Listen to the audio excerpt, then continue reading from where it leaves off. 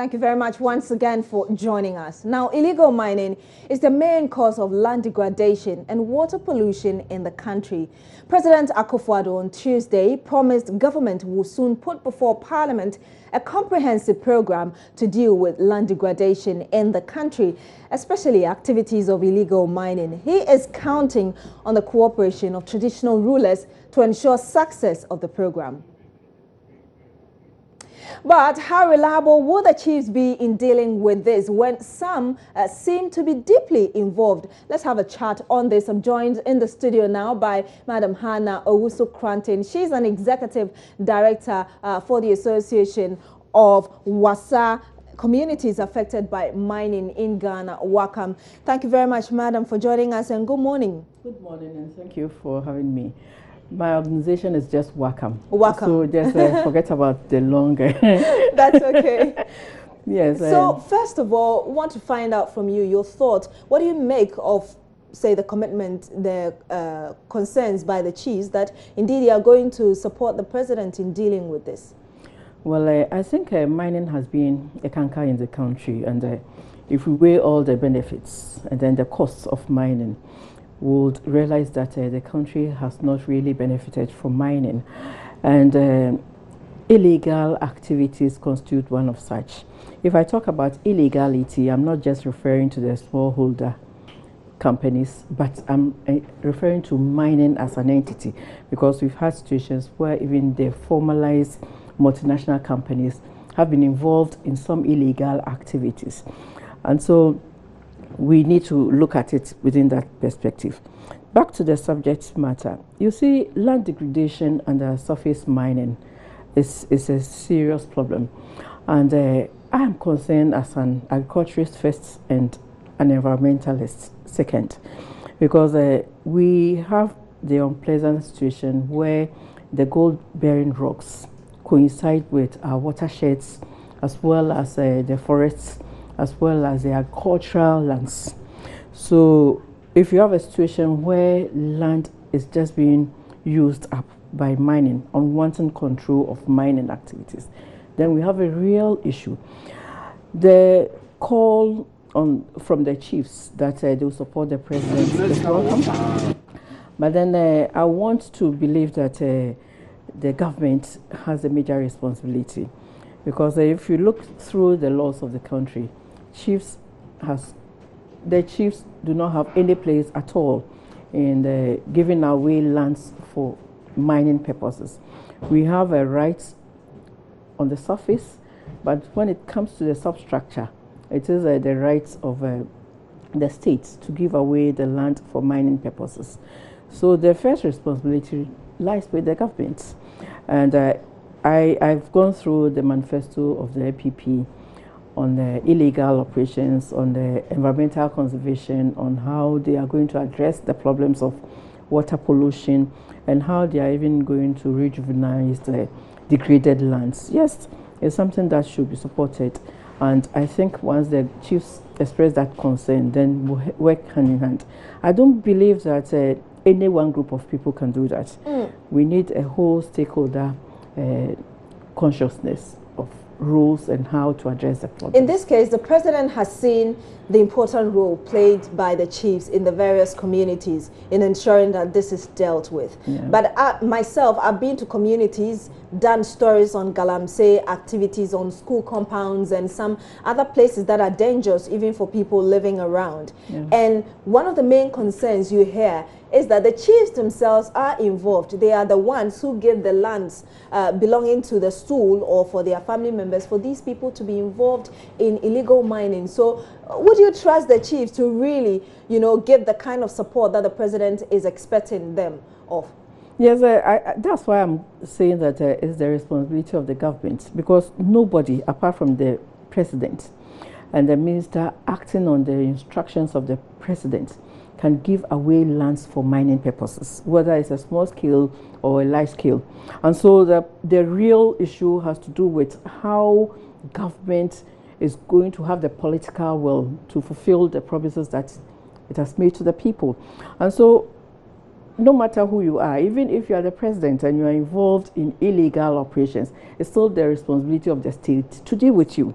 And so if the state is equipped enough, and then the political will is there, and people recognize that, no, this is different from what we saw in a few months ago, where forest reserves and protected areas were being given away for mining purposes without the real due processes of the law. Then people would sit up. And the other thing that we have to take into account, to consider, is the fact that, you see, we have laws governing the use of people's lands when the president will want to give away that land. And the first thing has to do with the free, prior, and informed consent. People should know the effects of mining, the benefits that they will derive from mining, based on which they can decide whether they want mining or not. So, for instance, if I'm a farmer, I can decide to be a farmer, and the law protects me. So there's no compulsion at all. But if people do not know their rights, if people are coerced, if there's a use of force the military plays in communities, say that when you are asleep, you go to your farm and then the farm is gone, nobody is making arrests. If people recognize that, yes, monies are being generated and sent away, and that those who live in the environment, those who are citizens of the place, do not have any stake at all in the benefits, then chiefs and then policemen and district assemblies get involved in illegal operations. So if I get you correctly, you're looking at the implementation of the laws that are already in place, exactly, to ensure that the right thing is done. Exactly. Now, earlier you also talked about the need for commitment by government. Yes. Government must be committed. The political head may be committed in dealing with the issue, but what happens when people who are also in government and are probably indigents of the place are also secretly involved? They may not come out to say. Yes, that's why I'm talking about the stakeholder engagement and then assigning roles. It's not only the chiefs or the people living in the community, but society has to be interested in natural resource, because it belongs to all of us, and that's what the law says. So if I am living in the community and I recognize that the chiefs, the opinion leaders, and then politicians are involved in some illegal operations, I have a right to report this. And if I see that my concerns are being taken on board, and the presidency, the government shows commitment to deal with the culprits, then I'll be encouraged to do so. I'm talking about this hypocrisy on our part, where, you know, some of these government people will come out and say, yes, we are doing all of that, and the people who are supposed to report are being sorted out financially. How then do they report? How do you deal with such a situation? Yes, people should understand the cost of mining. You see, as we speak today, I cannot think of any water body in the country that is not polluted somehow by illegal operations, of whether the formalized or the informal mining companies. I cannot see any pristine environment that has not been touched by some of these activities. And what will be the costs of such activities? So knowledge is key, and getting people to understand that they stand to lose if they connive with some of these people who are making profits at the expense of society. If they are convinced about that, then they put in the effort to also make corrections. And I bet you, if you see that there are signs from the authorities to do it right, people are committed to follow suit. But, well, if I know that once I report an incident and somebody is taking some monies and then the case is not dealt with in its proper perspective, then I'm not motivated to do so.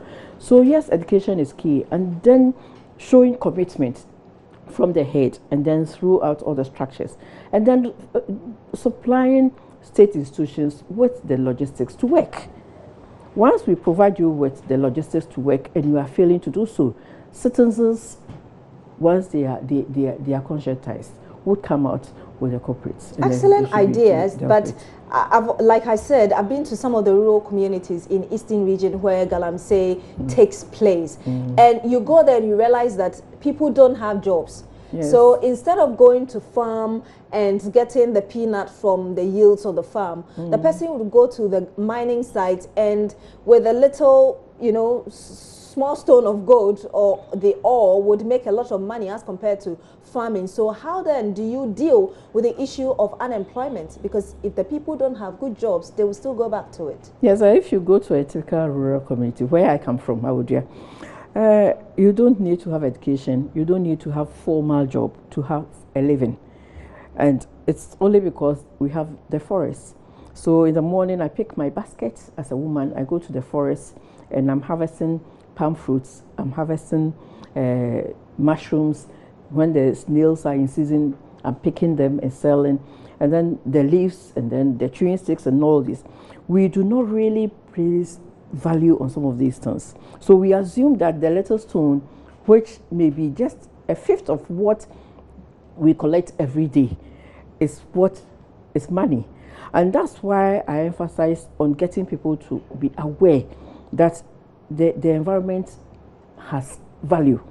And this is not just speaking from the air. Scientists have done some work.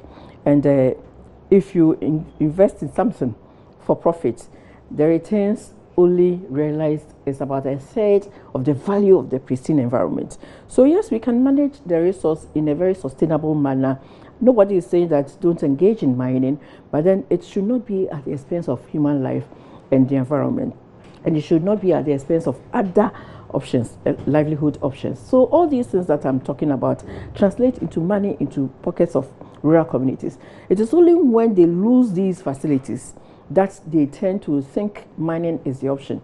So if I don't have farmlands because my land has been taken away for mining, if I do not have the forest, if I do not have the water bodies that I can fish in, then what is left for me? Just the rocks. And so I go into the Galamsey. Let's talk about solutions here. We know that previously, the years before, last year, 2 years ago, there were task forces that were formed in various districts. Some of the police district commanders were in charge of those. They worked for some time. We could hear the success of their work, and we didn't hear about them again. Now it seems we've gone back to complaining about the activities of Galamsey. What do you think could be done? Should that task force, for instance, be revived, or there should be a different way of dealing with this? I don't subscribe to the firefighting approach to solutions. You see, if you have a whole program, a policy, as the president is saying, that they have a policy that will be vetted by parliament and then they'll use it in their work. It's a blueprint, it's a roadmap to solution. And as I said, people have suffered because of illegal operations and then also from legal operations. We need to listen to these people. What are the options that they think will help them as a people? So if I think that, yes, with or without farming, I can survive, but then I should have land, access to land. And then the country develops a land use policy and then use that, stick to that strictly. The country looked at water sources that are polluted and tried to clean the water sources. There are programs of afforestation that the president is talking about 30,000 hectares per year, and that people are detailed to work on some of these. These are all jobs that can be created. But for me, the important thing is getting the people to understand that mining necessarily is not profit. Mining has costs. And if you do the cost-benefit analysis as a state and then place moratorium on mining, as was advised some 13 years ago by the World Bank that was supporting mining, and then we all think through the processes, we can come out with clear directions, and then we will move as a people, rather than this firefighting approach where people, even before they go to their fields, are informed one way or the other, because we talked about it. Yes. Those who are supposed to be opinion leaders have interest in the process. So I don't go and arrest myself. So these are some of the challenges that we faced in the past. And we need to sit as a people and get people to understand that mining is not all that rosy. For you, what would you suggest be done to law enforcers who fail to implement the law?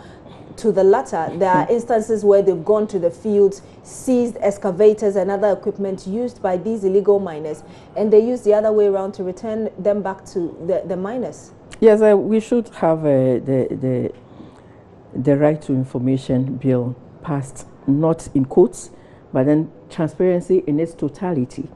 I don't want a situation where you have half transparency and then the other half is shredded in secrecy. So yes, you hit a brick when you are involved in some of these things. And we need to cultivate the culture of naming and shaming people. It happened in some places where corrupt officials were named and shamed. And that alone, the stigmatization of being termed a corrupt official is enough to deter many of us from such acts. And again, as I said, people should think of Ghana as Ghana, and that if this country is to collapse tomorrow, we wouldn't have a place to stay. And so this conscientization should go through, cut across the length and breadth of society. And everybody I know has a role to play in this. And we shouldn't expect that once police officers are placed in positions and there's no proper supervision, not only from government, but from the citizenry, they will act right. Because we've gone back so many years, and we need to think as Ghanaians now and expose wrongdoing when it comes. Your final words, madam? Well, my final word is that yes, mining, but no to irresponsible mining. And I think that the government has ratified a lot of conventions at the AU level, at the UN level, ECOWAS level. Some of them have been pushed through our policy. And as we speak today, the law is trailing behind the policy. So we need to realign the policy with the laws with the policies, and then equip people, get people to know about what is in the law, and then get everybody on board. Thank you very much, Hannah Owusu-Kwanten. She's the Executive Director of WACAM, and she's been sharing her thoughts with us on illegal mining and how to deal with it. You're still here on News Desk on Joy News.